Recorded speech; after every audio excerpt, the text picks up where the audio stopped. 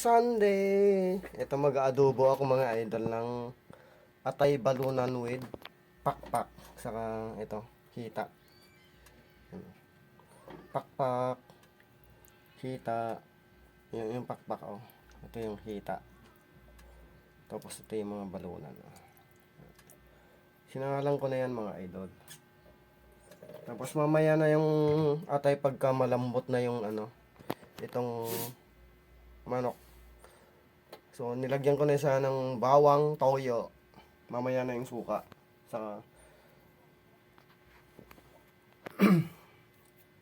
lalagyan ko rin ng paminta yan.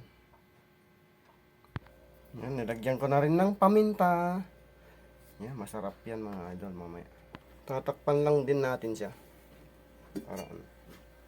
Para maganda yung niya. So tatakpan natin. A few moments later. Ay, sorry.